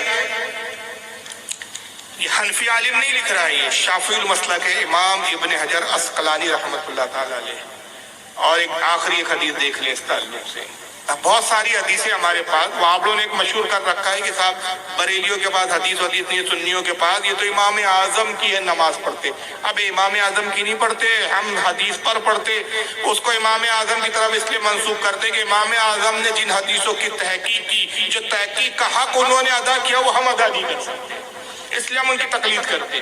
آئیے یہ عمدۃ القاری شرح البخاری، صحیح بخاری کی شرح ہے، جس کے لکھنے والے حضرت امام بدر الدین آئینی ہے، جلد نمبر 5 صفحہ 399، حدیث نمبر 735۔ حضرت امام بدر الدین آئینی رحمۃ اللہ علیہ کیا لکھتے ہیں، آئیے ذرا دیکھیے۔ ان عبداللہ ابن زبیر رضی اللہ تعالیٰ، عبداللہ ابن زبیر سے روایت آتی ہے، اور رجل یرفع یدہ فی الصلاۃ عند الرکوع وعند رفع رأسہ من الرکوع، حضرت عبداللہ ابن زبیر نے ایک شخص کو دیکھا کہ وہ رکوع میں جانے سے پہلے رفع دین کرتا ہے، رکوع سے سر اٹھانے کے بعد رفع دین کرتا ہے۔ فقال له، عبداللہ ابن زبیر نے اس کو کہا، لا تفعل، اے شخص یہ کام مت کر، یہ رفع دین چھوڑ دے، کیوں؟ فَإِنَّ هَذَا شَيْءٌ فَعَلَ رسول اللہ صلی اللہ علیہ وسلم ثُمَّ تَرَكَ، یہ وہ کام ہے جو رسول نے پہلے کیا بعد میں اس کو چھوڑ دیا۔ یہ صحابہ کی روایتیں ہیں، تو صحابہ کا یہ اقوال ہے کہ یہ منسوخ ہو گئی کہ نبی نے یہ کام پہلے کیا اور اس کے بعد پھر کیا ہوا، اس کام کو چھوڑ دیا۔ اہل سنت کی ایک دو نہیں، اس پہ سینکڑوں حدیثیں اور اس پر ہمارے اماموں نے علماء نے کتابوں کی کتابیں لکھی۔ یہ الگ بات ہے کہ اہل حدیث نام نہاد اہل حدیث غیر مقلد، لکیر کا فقیر ہوتا ہے، اپنے ملاؤں کو سنتا ہے، اپنے ملاؤں کی کتابیں دیکھتا ہے، دوسرے فریق کی کتابیں دیکھنا بھی نہیں چاہتا۔ جب دوسرا دیکھو گے ہی نہیں تو آپ کو پتہ کیا چلے گا کہ بھیا سمندر کتنا بڑا ہے اور اس میں کتنے ہیرے اور جواہرات ہیں۔ اللہ تعالیٰ سمجھ کی توفیق عطا فرمائے۔ واللہ اعلم ثم رسول اعلم۔ ایک سوال آیا ہے کہ غیر مقلدین جو ہے قرآن پاک کی اس آیت کو بطور دلیل پیش کرتے ہیں، کل من علیہ فان ویبقی وجہ ربک ذو الجلال والاکرام، زمین پہ جتنے ہیں سب کو فنا ہے اور باقی ہے تمہارے رب کی ذات عظمت اور بزرگی والی۔ اس آیت کو پیش کر جو ہے وہ حیات النبی صلی اللہ علیہ وسلم پر اعتراض کرتے ہیں۔ دیکھیے یہ اس میں ہمارے عقیدے پہ کوئی ظرف نہیں آتی، یہ سورہ رحمان کی آیت ہے جو مطلب جس کو بطور دلیل پیش کیا ہے کہ ہر چیز فنا ہے سوائے رب تبارک و تعالیٰ کے جاہو جلال۔ اہل سنت کا یہ عقیدہ ہے ہی نہیں کہ رسول اللہ پر موت نہیں آئی۔ اہل سنت کا یہ عقیدہ ہے کہ وعدہ الہی کے تحت، جیسا کہ اللہ تعالیٰ نے قرآن میں فرمایا ہر نفس کو، ہر جاندار کو موت کا مزہ چکھنا ہے، یہ بھی فرمایا، تو اس کے تحت رسول اللہ صلی اللہ علیہ وسلم پر بھی بہت طاری ہوئی۔ ایک آن کے لیے، ایک لمحے کے لیے موت آئی، وعدہ پورا کیا، وعدہ پورا ہوا اللہ کا، اور اس کے بعد دوبارہ روح لوٹا دی گئی۔ اور جو یہ ہے کہ سب کو فنا ہے، تو ہم اس میں یہ بھی مانتے ہیں کہ انبیاء بھی فنا ہوں گے، لیکن جب دوبارہ ساری مخلوق کو دوبارہ حیات نو اللہ عطا فرمائیں گا تو اس وقت پھر سبھی کی زندگی ہے، پھر تو انبیاء کی کیا خاصیت ہے؟ ابھی انبیاء کی حیات کا جو عقیدہ ہے وہ اس وقت انتقال کے بعد ابھی دنیا میں، اب اس تعلق سے ہمارے پاس صحیح حدیثیں ہیں، ہم صحیح حدیث کے مقابلے میں عقل کا قیاس نہیں کرتے۔ کیا یہ آیات جس رسول پہ نازل ہوئی وہ نہیں سمجھے؟ بولیے بھائی ایسا ہو سکتا ہے؟ ارے جو آیات رسول پہ نازل ہوئی رسول نے نہیں سمجھا تو نبی نے پھر کیوں فرما دیا؟ نبی خود فرما رہے ہیں، سنانے ابن ماجہ کی حدیث ہے کہ ان اللہ حرم علی الارض ان تقول ازداد الانبیاء علیہم السلام فنبی اللہ حی یرزق، بے شک زمین پر اللہ نے حرام کر دیا کہ وہ نبیوں کے جسموں کو کھائے، فنبی اللہ حی، اللہ کا نبی زندہ ہوتا ہے، یرزق، اور اسے رزق دیا جاتا ہے۔ سبحان اللہ سبحان اللہ۔ تو نبی کو یہ آیت نہیں معلوم تھی، آج کے وہابڑے کو زیادہ سمجھ۔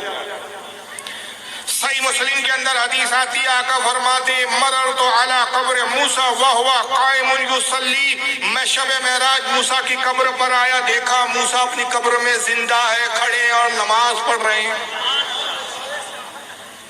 قائم یصلی، کھڑے ہو کر نماز پڑھ رہے، بیٹھ کر نہیں، لیٹے لیٹے نہیں۔ ایک وابڑے نے اس میں بھی عقل دوڑایا، بڑے عجیب خبیث فرقہ ہے، کہا صلو کے معنی صرف نماز نہیں ہوتا، درود بھی پڑھنا ہوتا ہے، دعا بھی کرنا ہوتا ہے، ہو سکتا ہے لیٹے لیٹے دعا ہی کر رہے ہو، ضروری تھوڑی ہے کہ اس کا ترجمہ نماز ہی ہو۔ میں نے کہا عجیب بات ہے یار، جب وہ ایک حدیث آتی ہے صلو کما رأیتمونی اصلی، نماز ایسی پڑھو جیسے مجھے پڑھتا، تو یہاں نماز کیوں کر رہے ہو؟ یا دعا، یا ترجمہ کرو دعا ایسی کرو جیسے مجھے کرتا ہوا دیکھتے ہو، وہاں نماز کرتے ہو۔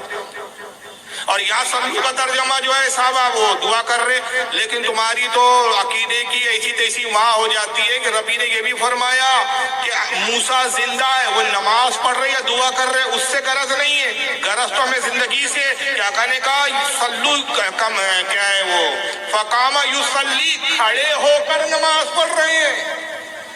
تو یہ بتائیے کھڑے مردے ہوتے ہیں کہ زندہ ہوتے ہیں؟ قبر میں زندہ ہے۔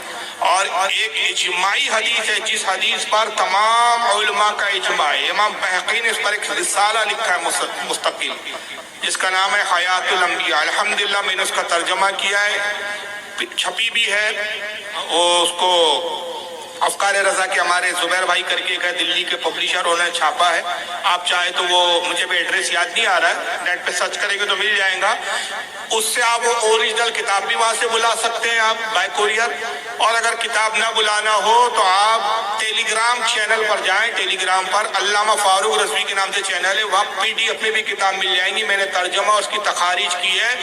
امام بہقی نے اس پر اجماع کا دعویٰ کیا، اور وہ رسالہ اسی بات پر لکھا کہ اس پر تمام 1400 سال کے علماء کا اتفاق ہے کہ انبیاء اپنی قبر میں زندہ ہے، اور کہتے ہیں یہ حدیث پاک خصوصی طور پر جس پر ساری امت کا اجماع ہوئی ہے کہ آقا نے فرمایا الانبیاء احیاء فی قبورہم یصلون، انبیاء اپنی قبر میں زندہ ہوتے اور نماز پڑھتے ہیں، ہر نبی زندہ ہے۔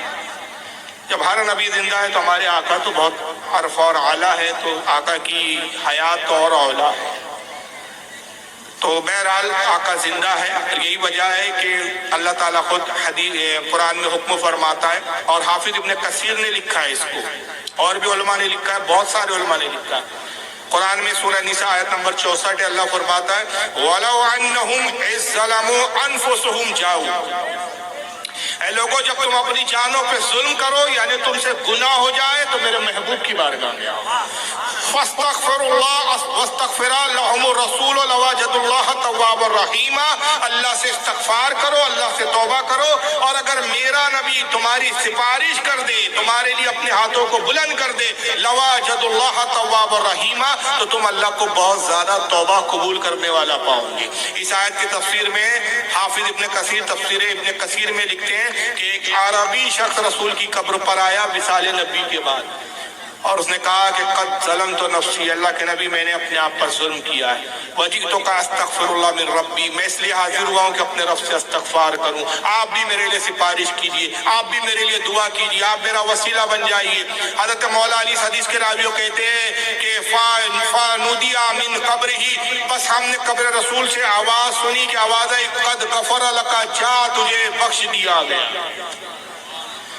تو حضور آج بھی قبر میں بحیات ہے، اپنی امت کو ملاحظہ فرماتے، اس پہ بے شمار حدیثیں بے شمار باتیں ہیں، واللہ عالم ثم رسول عالم۔ ایک سوال آیا ہے کہ مائک پر نماز پڑھنا کیسا ہے؟ دیکھیں علماء کے درمیان یہ اختلافی مسئلہ ہو گیا ہے۔ مائک ایک جدید آلہ ہے، اکابرین جو ہمارے گزرے پہلے کے، ان کا فتویٰ یہی ہے کہ مائک پہ لاؤڈ اسپیکر پہ نماز واجب الاعادہ ہے، دوبارہ پڑھنی پڑے گی، مائک پہ نماز درست نہیں ہے، کیونکہ یہ ایک آلہ ہے، اصل بولنے والے کی آواز نہیں ہے، اسپیکر کی آواز ہے، نماز کے لیے اصل آواز درکار ہے۔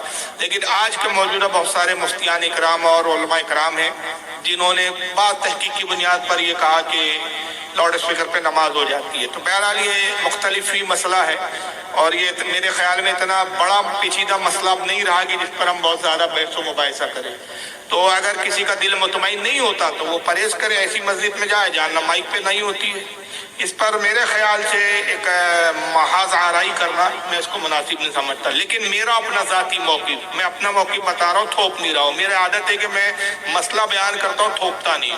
میرا اپنا موقف یہ ہے کہ میں لاؤڈ اسپیکر پہ نماز کو درست نہیں سمجھتا۔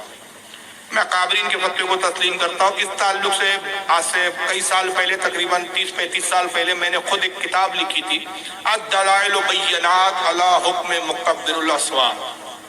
یہ کتاب کا نام ہے، جس کا عرفی نام ہے مشینی نماز۔ یہ آپ کو گوگل پر بھی مل جائیں گی، یہ نام ڈالے مشینی نماز تو مل جائیں گی، ہندی میں بھی ہے، اردو میں بھی ہے، وہ کتاب آپ پڑھیں۔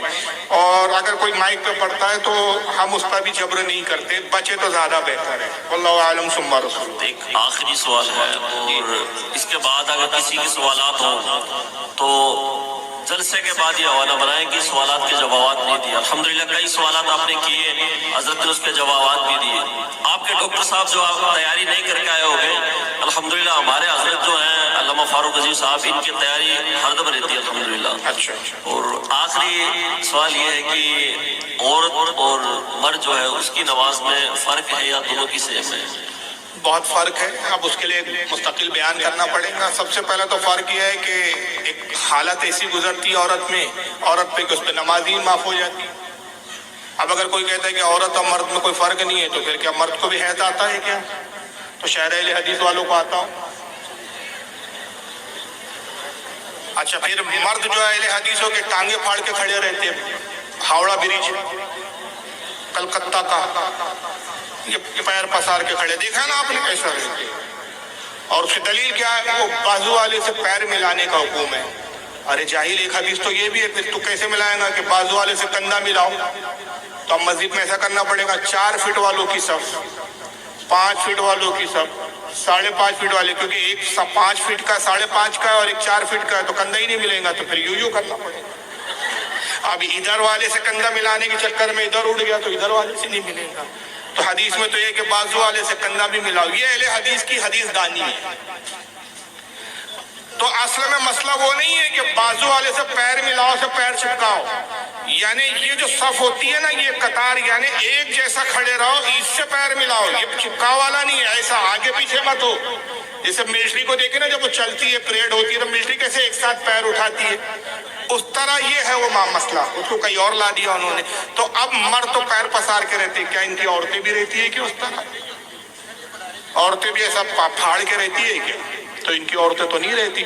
تو ایسی کئی ہیں۔ اب جیسے اذان کا حکم ہے، تو اذان تو مرد دے سکتا ہے، عورت نہیں دے سکتی۔ تو عورت ان کے اور مرد کے مسائل میں اور معاملات میں بہت سارے معاملات میں فرق ہے، انہی کئی معاملوں میں۔ تو نماز میں بھی فرق ہے، اور اس پر مستقل رسالے اور کتاب ہے۔ صرف ایک سینے پہ ہاتھ باندھنے کے لیے سب جہالت کی باتیں کرتے ہیں کہ صاحب عورتیں سینے پہ باندھتی ہے تو مرد کیوں نہیں باندھتے؟ تو عورت کے لیے نماز میں حضرت عائشہ ام المومنین سے روایت آئی ہے کہ عورت کے لیے نماز میں اللہ کے نبی نے فرمایا کہ ہر رکن کو ایسا ادا کرے کہ اس میں اس کے پردے کا لحاظ، اور مرد کے لیے فرمایا کہ وہ تھوڑا کھل کر پڑھے. جیسے سجدے کے بارے میں حضور نے فرمایا، صحابہ کہتے کہ جب رسول اللہ سجدہ کرتے تو آپ کی بغلوں کی سفیدی ظاہر ہوتی، مطلب آپ کی بغلیں کشادہ ہوتی تھی. لیکن عورت کے لیے یہ حکم نہیں ہے، عورت کے لیے ہے کہ اپنے آپ کو سکڑا کے نماز پڑھے. تو ارکانوں میں بہت سارا فرق ہے، واللہ عالم. ایک آخری سوال آیا ہے، بس یہ لے لیتے ہیں، لیکن جواب بڑا لمبا ہو جائے گا. سوال تو 2 لائن کا، جواب لمبا ہے. عورت مسجد نماز پڑھنے جایا کرنا عورت کی جماعت ہو سکتی ہے یا عورت اور مرد کی نماز میں کیا فرق ہے؟ یہ تو آ گیا اس میں. مسجد میں عورت نماز پڑھنے جا سکتی ہے کہ یہ سوال ہے. دیکھیے اللہ کے نبی کے زمانے میں جب تعداد کم تھی، قلت تھی، تو سرکار کے زمانے میں عورتیں مسجد میں جاتی تھی، اور حضور نے جو حکم ہے عورتوں کو اجازت دی تھی، لیکن اس کی کوئی فضیلت نہیں تھی، اور یہ حکم تاکیدی نہیں تھا، اور ان کے لیے کوئی جماعت کی حاضری واجب نہیں، مستحب کے باب میں وہ تھی. بلکہ آقا نے اسی زمانے میں فرما دیا تھا کہ عورت کے لیے بہتر ہے کہ وہ اپنے گھر کے حجرے میں نماز پڑھے، بلکہ فرمایا کہ وہ اپنے گھر کے کمرے میں پڑھے، اور افضل یہ ہے کہ گھر کے اندرونی کمرے میں پڑھے، اور زیادہ افضل ہے کہ اپنے گھر کے تہخانے میں پڑھے. اس کو افضل بتایا انہوں نے. مگر ضعیف عورتیں جو ہوتی تھی، عمر دراز جو ہوتی تھی، وہ سرکار کے زمانے میں آتی تھی. بعد میں جب اسلام بہت پھیلا اور اسلام پھیلنے کے ساتھ عورتوں کی تعداد بھی پھیلی، تو مسجد میں آنے کا سلسلہ جاری رہا. تو ایک وقت یہ آیا کہ پھر مسجد میں کچھ ایسی باتیں پیدا ہو گئی، عورتیں جب راستے سے آتی تو کچھ منافقین تاکہ جھانکیاں کرتے تھے. جب حضرت عمر نے یہ ملاحظہ کیا کہ عورتوں کو لوگ گھور کے دیکھتے ہیں، وہ منافقین کا طبقہ جو گھور گھور کے نگاہ گاڑ گاڑ کے دیکھتا تھا، تو آپ نے صحابہ کو جمع کیا اور صحابہ کو جمع کر کے کہا کہ جو حالات اس وقت عورتوں کی ہو گئی ہے، کیا ان حالات کو تم نہیں محسوس کرتے؟ تو صحابہ نے کہا کہ امیر المومنین آپ کیا چاہتے ہیں؟ کہا کہ میں چاہتا ہوں کہ عورتوں کی حاضری پر پابندی لگا دی جائے. حضرت عمر نے پابندی لگا دی. جب سے جو پابندی ہے تو اہل سنت کے نزدیک آج تک کچھ پابندی برقرار ہے. اس میں بعض صحابیات وہ تھی، بعض خواتین وہ تھی جنہوں نے حضرت عمر کی پابندی پر احتجاج کیا، اعتراض کیا. صحیح بخاری کی حدیث ہے. حدیث کون سی ہے؟ صحیح بخاری کی، کہ یہ ام المومنین عائشہ صدیقہ کے پاس پہنچی اور شکایت کرتی ہے کہ اے ام المومنین، عمر کون ہوتے جو ہم پہ پابندی لگاتے؟ ہم رسول اللہ کے زمانے میں آیا کرتی تھی، جب حضور نے منع نہیں کیا تو عمر کون ہے کہ جو ہمیں منع کرے؟ تو حضرت عائشہ فرماتی ہے کہ عمر نے جو کیا درست کیا. بخدا اگر جو حالات تمہارے اور رسول اللہ دیکھتے تو عمر سے زیادہ سختی کرتے، اور تم ویسے ہی ٹھیک ویسے ہی روک دی جاتی جیسے بنی اسرائیل کی عورتوں کو بھی روک دیا گیا. اب مجھے یہ بتائیے، مجاز نبوت کو ام المومنین عائشہ صدیقہ سے بہتر کون سمجھ سکتا ہے؟ تو حضرت عائشہ نے تائید کی، تمام صحابہ کا اس پہ اتفاق ہوا. حضرت طلحہ سے ایک روایت آتی ہے، حضرت ابو طلحہ انصاری رضی اللہ تعالیٰ، ان کی بیوی تھی، انہوں نے ضد کی، وہ حالانکہ ضعیفہ تھی، بوڑھی تھی. انہوں نے کہا کہ میں تو حضور کے زمانے میں جایا کرتی تھی، تو عمر کے زمانے میں مسجد جاؤں گی، عمر کون ہوتا ہے روکنے والا؟ حضرت ابو طلحہ نے بہت سمجھایا، کہا دیکھو اس پر تمام صحابہ کا اتفاق ہو گیا ہے، تو بہتر ہے کہ تم نماز کی جماعت کی حاضری کو ترک کر دو. انہوں نے کہا نہیں میں جاؤں گی. فجر کے وقت وہ نکلی تو حضرت ابو طلحہ انصاری نے ایک تدبیر اختیار کی کہ ان کو مسجد سے کیسے روکیں. تو بہت ساری گلیاں پڑتی تھی مسجد اور ان کے گھر کے درمیان میں، تو ایک گلی میں وہ چھپ گئے. جیسے حضرت طلحہ کی وہ زوجہ مطہرہ اہلیہ محترمہ گزری ایک گلی سے، نکلے پیچھے سے اور آیا، سر پہ ایک چپت لگائی اور چھپ گئے گلی. انہوں نے پیچھے پلٹ کے دیکھا، کوئی نظر نہیں آیا، تو انہوں نے کہا لا حول ولا قوت الا باللہ العلی العظیم. واقعی کا اتنا برا زمانہ آ گیا ہے کہ اب عورتوں کے ساتھ اتنی چھیڑخانی کہ مضیفہ کو بھی لوگوں نے نہیں چھوڑا، چھیڑ رہے ہیں مجھے. بخدا عمر نے جو کیا اچھا کیا. ابو طلحہ انصاری خود حدیث کے راوی کہتے ہیں کہ وہ نیک وقت میری زوجہ جو تھی واپس لوٹی اور پھر کمرے میں ایسی رہی کہ پھر جنازہ ہی ان کی موت کے بعد نکلا، پھر کبھی باہر نہیں. یہ صحابہ اور صحابیات کا عمل تھا. آج کا وہابی کہتا ہے کہ نہیں صاحب، ہم تو اپنی عورتوں کو بلائیں گے، ہم تو حدیث دیکھیں گے، رسول کے زمانے میں عورتیں آتی تھی، عمر کے ہم قول کو نہیں مانیں گے. اس پہ تو ایک مزاحیہ جواب دیتا ہوں کہ عمر کی بات جو ہے نا وہ منافق ہی ہے جو نہیں مانے گا۔ اب یہ کہتے نہیں حدیث رسول دیکھیں گے۔ میں پوچھنا چاہتا ہوں کہ آج کا اہل حدیث زیادہ حدیث کو سمجھتا ہے کہ صحابہ کرام زیادہ سمجھتے ہیں؟ بولیے بھائی۔ تو صحابہ کا تو اتفاق ہوا، کسی صحابی نے اس پر اعتراض نہیں کیا، تو معاذ اللہ کوئی صحابی کو حدیث سمجھ میں نہیں آئی، آج کے بھابڑے کو زیادہ سمجھ میں آئی۔ حضرت علی نے اعتراض نہیں کیا تو حضرت علی سے بڑھ کر یہ اہل حدیث آج کے پیدا ہو گئے۔ حضرت عثمان غنی نے اعتراض نہیں کیا، سعد ابن ابی وقاص نے اعتراض نہیں کیا، سارے عشرہ مبشرہ حیات تھے اس وقت سوائے ابو بکر کے، ابو بکر کو چھوڑ کر سارے عشرہ مبشرہ تھے، انصار تھے، مہاجرین تھے، بدری صحابہ تھے، تمام ہی صحابہ تھے، کسی نے نہیں اعتراض کیا، سب نے اتفاق کر لیا۔ آج کے بہاوڑے کوئی صحابہ کا اجماع نہیں چلتا۔ اب دلیل کیا دیتا ہے؟ جرجس کی ایک ویڈیو ہے، اب وہ مذاق اڑاتا ہے، کہتا ہے کہ صاحب دیکھو بنگال میں جاؤ تو وہ کھیتوں میں پخانے کے لیے عورتیں جاتی ہیں لوٹا لے کے۔ کیوں مولوی صاحب بنگال میں وہ عورتیں جاتی ہیں پخانہ، وہ جا سکتی؟ ہاں پردے کے ساتھ جا سکتی ہے، مسجد میں نہیں جا سکتی۔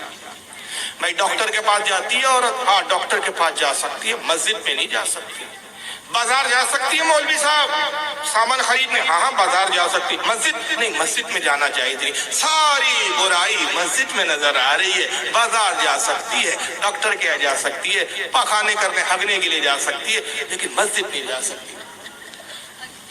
جس مذاق اڑا رہا ہے، تجھے سے حرام خور سے بچانے کے لیے عورتوں کو روکا گیا ہے، بلاتکاری ہے تو۔ اب بنگال میں اگر عورتیں جاتی ہیں، مجھے نہیں معلوم جاتی ہے نہیں جاتی، حالانکہ بنگال میں جلسے کرنے جاتا ہوں تو میرے سامنے کوئی عورت تھوڑی کرنے جائے گی، مجھے نہیں پتا جاتی ہے نہیں، اگر جاتی ہے تو غلط ہے، اس سے یہ نماز کا کیا مسئلہ، اس سے کیا تعلق، یہ جائز ہو جائے گا۔ اب اگر جاتی بھی تو ضرورت ہے، اشد ضرورت، ڈاکٹر کے پاس جاتی ہے تو جو ہے عذر کی بنیاد پر جاتی ہے، بازار کچھ خریدنے جائی تو عذر کی بنیاد پہ۔ اب بازار جاتی ہے تو کیا ثواب کی نیت سے جاتی؟ ہگنے بھی ثواب کی نیت سے جاتا ہے کہ بھائی ہگنے جا رہے تو ثواب ملے گا، لیکن جب مسجد آئیں گی تو وہ ثواب کی نیت سے آئیں گی، اس میں فرق ہے۔ اور میں نے کہا مسجد سے اس لیے روکا گیا کہ حالات اتنے برے ہو گئے۔ اعلیٰ حضرت فاضل بریلوی نے بڑا پیارا جملہ کہا، اعلیٰ حضرت فرماتے ہیں، اعلیٰ حضرت کا رسالہ اس پر جمل النور للنہی عن زیارت القبور، عن نساء زیارت القبور، جو نور کے جملے عورتوں کو مزارات کی حاضری سے روکنے کے لیے، اس میں مزار پہ جانے کو منع کیا، تو اسی حدیث سے استدلال کرتے اعلیٰ حضرت فاضل بریلوی کہ جب نماز کے لیے عورتوں کو روک دیا گیا تو مزارات پر جانے کی کیسی اجازت ہو سکتی ہے؟ اور اعلیٰ حضرت استدلال کرتے فرماتے ہیں کہ یہ بتاؤ اس زمانے میں صالحات یعنی نیک عورتیں زیادہ تھی کہ آج زیادہ ہے؟ بتائیے، اس زمانے میں زیادہ نیک تھی نا کہ آج کی عورتیں زیادہ نیک ہیں ہماری اس زمانے؟ اچھا اس زمانے میں گناہگار ڈھونڈو تو نہیں ملتی تھی، آج تو کئی عورتیں گناہگار ہی ہیں، نیکوں کو ڈھونڈنا پڑتا ہے، گناہگار تو عام ہے۔ تو جب اس نیکی اور خیر کے زمانے میں صالحات نیک عورتوں کو روک دیا گیا تو آج کے اس فتنے کے زمانے میں فاسقات کو کیسے اجازت دی جائے؟ اور اگر آج اجازت دی تو اس کا نتیجہ کیا ہوگا پتا ہے آپ کو؟ میں نے اس پر کہا ایک تقریر میں جرجس کا، کیونکہ جرجس نے مذاق اڑایا ہمارا کہ بنگال میں وہاں حاجت کے لیے جا سکتی ہے، دوا خانہ جا سکتی ہے، تو میں نے اسی لب و لہجے میں جواب دیا کہ اگر مسجد کی اجازت دے دی جائے نا مولوی صاحب، تو حالات ایسے ہیں کہ آپ کی اپنی بیٹی عشاء کی نماز کے لیے نکلیں گی باہر، آپ کہیں گے بیٹا کہاں جا رہی ہو؟ ابو نماز پڑھنے جا رہی ہوں، اور یار کو فون کریں گی فلاں مسجد میں آ کے ملو۔ مسجدوں میں سیٹنگیں شروع ہو جائیں گی، اب مسجد نہیں رہیں گی، بہانہ، کیونکہ نماز کے لیے تو آپ روک نہیں سکتے۔ بھائی یہ ہو سکتا ہے بھائی سہیلی سے ملنے جا رہی ہو تو باپ روک دیتا ہے، کیا یہ اتنی رات کو سہیلی سے ملنے کا ٹائم ہے؟ بھائی وہ ٹیوشن جا رہی ہے، یہ اتنی رات کو کوئی ٹیوشن کی کلاس، کون سی کلاس ہے؟ دوسرے کاموں میں روک سکتا ہے۔ بھائی عشاء کی نماز کے لیے جا رہی ہے، کیسے روکے بھائی؟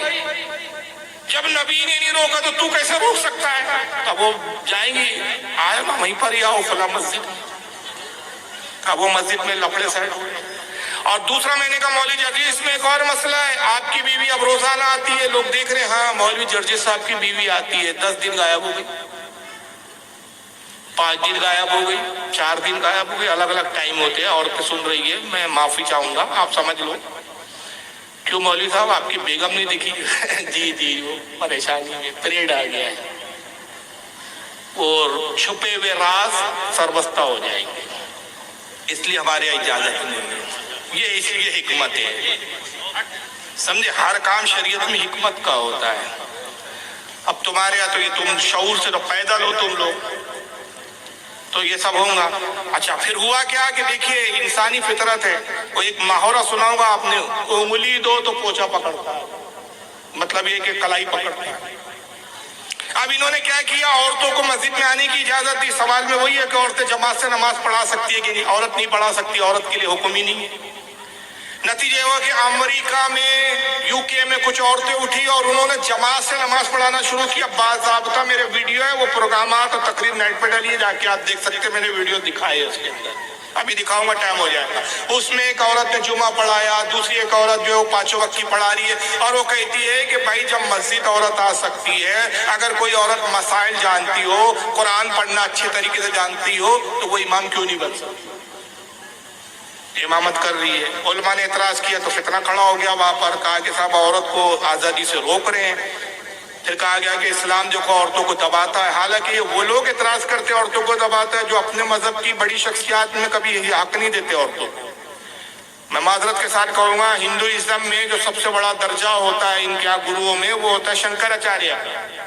آج تک جتنے شنکراچاریہ ہوئے سب مرد ہوئے، آج تک ایک عورت کو شنکراچاریہ نہیں بنایا۔